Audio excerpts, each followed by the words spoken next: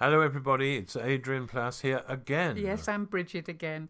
How many days is it, Adrian, now? This is the 26th day that we have assembled cushions, microphone, Bibles, and everything else in order to record our message. And it's 26 days since we started doing our jigsaw. I'll tell you what, we're actually getting just a little bit concerned about the effect of our jigsaw on other people. You know, just recently we heard of some people who'd just gone into competition with us, really. Ours was 1,000 pieces, theirs was 3,000 pieces. They were thinking they might have to put a new leaf into their table in order to accommodate it. Well, we've now heard about a couple who have bought a 5,000 piece jigsaw and think they might well have to buy a new table. Yeah, can I just say that there are some people who develop manias like this. I don't know, but I suspect there are people who are saying, when this lockdown ends, we're going to buy a larger house with a huge dining room or sitting room. We're going to do a jigsaw that covers the entire floor. Yeah, let's just calm down. Yes, right? or even put a special jigsaw room into the new like house. That. Yeah. Anyway, one of the other things we had was a thing from an old friend of ours. It was a lovely story about travelling with his son. They were walking right across the country together. A lovely father and son expedition. I think he was 10, wasn't he? 10 years son? old, the boy. Yeah. And every night they camped, and on this particular night that he was telling us about, they're sitting, possibly after they've eaten, and they had a sort of Bible promise box, inspired by the story we told the other day of the lady who was in the sluice room, Oh, yes. who had a very strange verse when she went to pick one out. So they picked their verse out for the evening as they sat by their tent, and it was Psalm 52. Now, my friend simply said the first few verses were not uplifting. I read them. It is an extraordinary outpouring of incredible anger and threats of imminent death from God. And it finishes with this: as they sit by their tent, surely God will bring you down to everlasting ruin. He will snatch you up and tear you from your tent. Well, for a 10-year-old, climbing into a tent, and it's like a grizzly bear sending you a message before you in the Adirondacks or something in America before you go to bed. So I found it very funny. I think he said it took a while to go to sleep or something. He said it took a little while to go to sleep. It's another... It really, those two things we've been talking about show that you will be very careful about popping verses out and forcing them into meaning something. But thank you very much for that. It did make us laugh. We also heard from somebody. Now, interestingly, yesterday we were talking about what makes you gasp. And afterwards, we were thinking about the fact that those moments, whether they're something huge like the Michelangelo statue or something tiny like the back of a speedwell flower, can make you gasp. And we were thinking that, in a way, they're glimpses of heaven. And that was reinforced by somebody who emailed us to say that for her, and she described a stunning view that she'd seen, it was like a glimpse of the new heaven. And we were remembering that Lewis once said that those moments make you homesick for a place you've never seen. Yeah, it was lovely, those things all coming together. Yeah. So for each one of us, there's going to be things we long to see in heaven. Yeah, people we long right. to meet, things we long to see. Someone mentioned a man. I wrote about this ages ago, but I'd forgotten it. A man who really wanted to find there was a lathe in heaven. That's right. And we'll have more to say about heaven on another occasion. People are very different in their perceptions. Now, for me, there's not a lot of debate about it, because for me, in heaven, there will be cricket. Or how can it be heaven? And I'm well aware that for some of you listening, for you, it will have to have no cricket for it to be heaven. But there we are. God is good at sorting out these little differences. So, I wrote this a long time ago. I'm dying to live after living has ended. I'm living for life after death. Alive to the fact that I'm dead apprehensive. I'll live to the end of my breath, but what would life be were I no longer living and death was no longer alive. How would I stick it without any cricket? How would I ever survive? Would I cross swords on some heavenly lords, with the angels of Holding and Hall? Would I face up to Lily without feeling silly, and even catch sight of the ball? Would a man with a beard, whom the bowlers all feared, redeem us from losing a sin? Yes, by grace we'd be saved, as his century paved the way to a glorious win. I promise you, Lord, I'll never get bored. I'll practice the harp.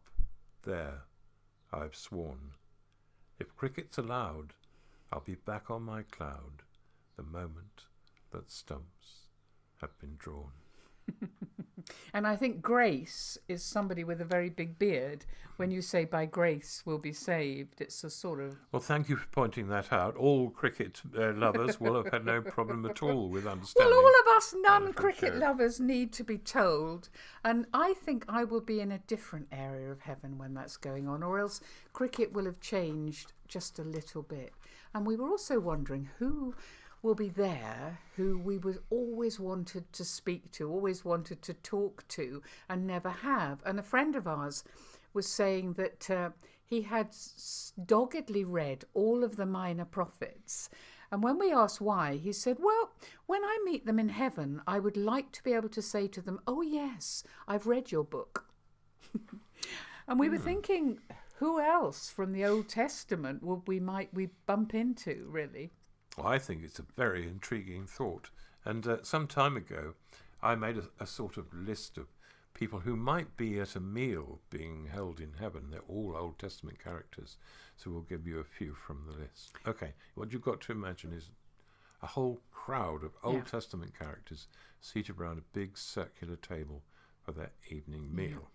So there'd be Adam and Eve politely refusing the fruit bowl every time it comes round, and apologising effusively to everyone in sight for absolutely everything.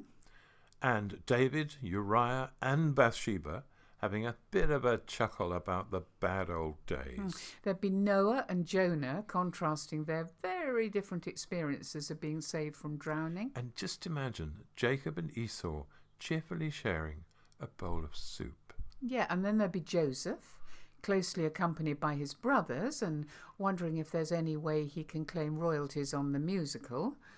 Yeah, that's interesting, isn't it? You never know. And then there would be Daniel trying to talk to the good-natured Zephaniah and trying to talk him into adopting his highly successful and royally approved vegan diet. And Moses and Joshua selecting milk and honey as an ideal dessert experience. And, of course, Elijah, asked if he wants seconds, raising a laugh by declaring, I have had enough. Get that? I have had enough. Everybody understand that? Right. Okay, and at the top of the table, Abraham himself, reunited forever with his beloved son Isaac, and beaming genially around at the assembled company. And do you realise that eventually we shall be with them in heaven? It is a fascinating thought. I wonder whether we would be able to ask them all the questions we've always wanted to ask them. You know, it is an amazing thought, isn't it? Really. I'd really like to meet Paul, the apostle. Uh-huh. But what I'd like to do is meet him in a pub. Right. Yeah, I'd like it to be a really relaxed evening.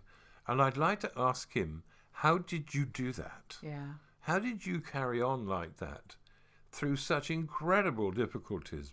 I cannot understand it.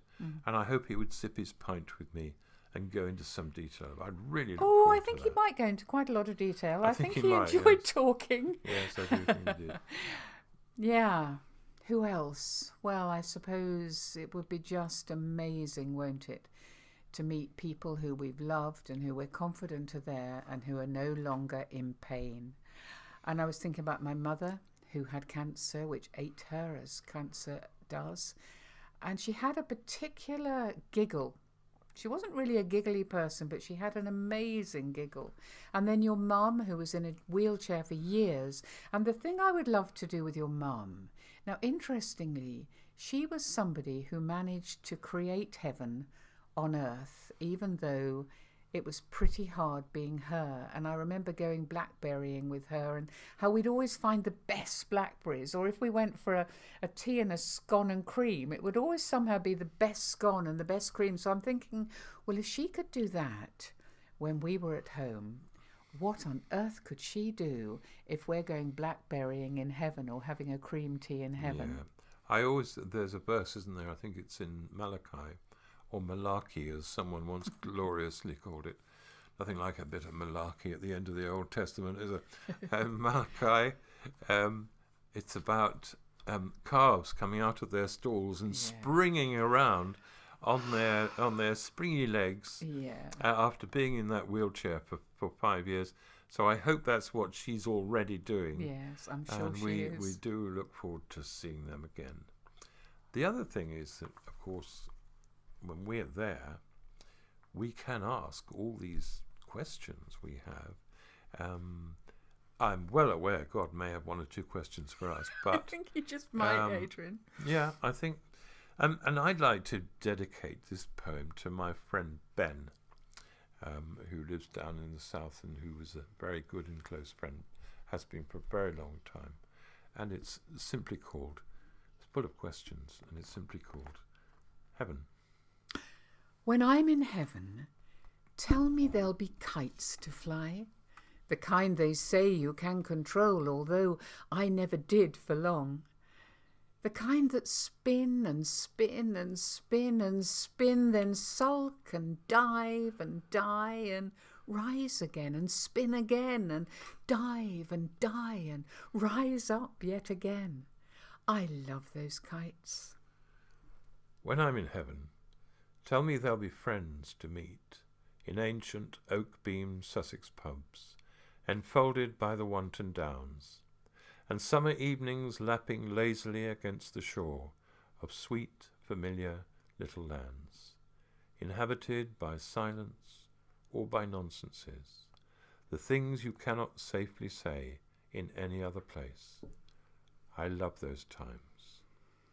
And when I'm in heaven, tell me there'll be seasons when the colours fly, poppies splashing flame through dying yellow, living green, and autumn's burning sadness that has always made me cry for things that have to end, for winter's fires that blaze like captive suns but look so cold when morning comes. I love the way the seasons change.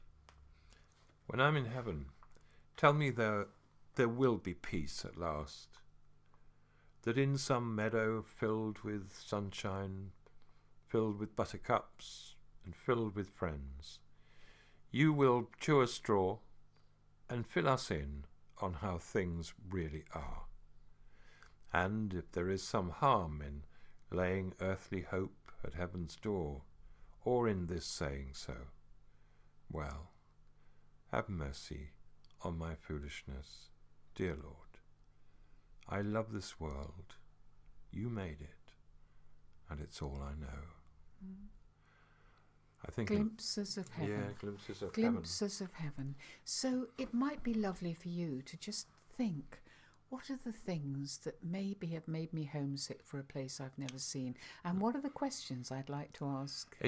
I said a little earlier that a lot of people have different views about heaven. When you are not constricted by the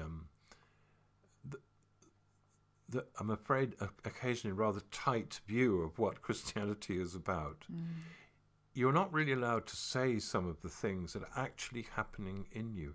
We've been very privileged over the last few years to hear people telling the truth about things you would not believe sometimes, about themselves, their relationship with God, and what's going to happen when they should be going somewhere where he is.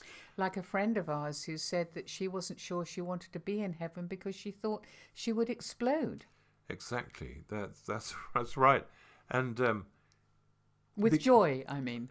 Just suddenly. But she would explode because of loss. Yes, exactly. Because she had lost so much. could she withstand the explosive nature of love? Now, that's not a question that's usually asked by people.